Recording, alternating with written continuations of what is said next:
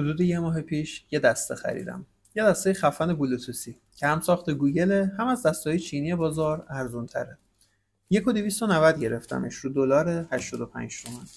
طراحی عالی و جویستیک‌های متقارن داره. این شما و اینم گوگل استادیا.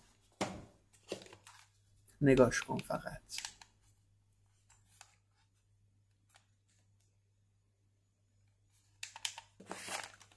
همراهش کابل دیتا هم داره، با کابل هم وصل میشه. یه دفترچه به درد نخورم داره. یه ماهی که باش کار کردم مزایا و معایبش رو دیدم و به قدری ازش خوشم اومد که 2 تا دیگه هم گرفتم. این بار رو قیمت 1,400. هر سیستمی که یه دسته جنریک رو بشناسه و باش کار کنه با این دسته ها سازگاره. البته بعضیا گفتن شاید با iOS سازگار نباشه، نمیدونم. من فقط پی سی و اندروید رو تست کردم. 3 تا رنگ داره، سبز و سفید و مشکی. سبزش رو واسابی هم مینامن.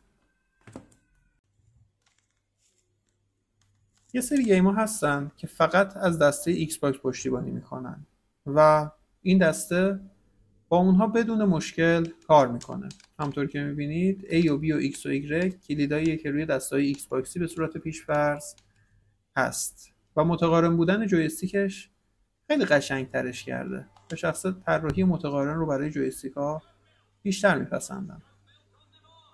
رو حالت بلوتوسیش حدود 12 ساعت شارژ میده، ولی خب اگه با کابل باشید که تا هر وقت خواستید میتونید کار کنید. ولی چرا یه همچین قیمتی داره؟ ماجرا از این قراره که سال 2019 گوگل سرویس استادیا رو معرفی میکنه. یه سرویس کلاود گیمینگ بود. همراهش این دسته رو هم به قیمت $60 عرضه میکرد. این دسته با وای فای داخلیش به استادیا متصل میشد و کار میکرد.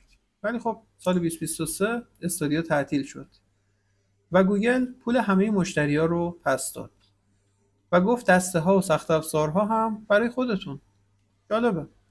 جالبتر اینه که حتی بازیسازا و توسعه دهنده ها هم از کار با تیم استودیوی گوگل رضایت داشتن و این عجیب بود که گوگل چنین سرویسی رو تعطیل کنه. ولی خب تعطیل کرد دیگه، چیکار میشه کرد. نکته مثبتش برای ما اینه که تا آخر 2025 فرصت هست که این دسته ها رو به دسته معمولی تبدیل کنیم. معمولی یعنی یه دسته بلوتوسی ساده. به صورت پیش‌فرض این دسته ها مخصوص کار کردن با استودیا هستن. پس شما میتونید دسته ها رو آپدیت کنید. تمام کاری که لازم انجام بدید اینه که یه گوگل کروم باز کنید، برید stadio.google.com و این دسته رو به سیستمتون وصل کنید. اگه آپدیت نکنید همچنان با کابلش قابل استفاده هست، ولی قابلیت بلوتوسی نخواهید داشت. اگه میخواید بلوتوسی داشته باشید خب آپدیتش کنید دیگه، به همین راحتی.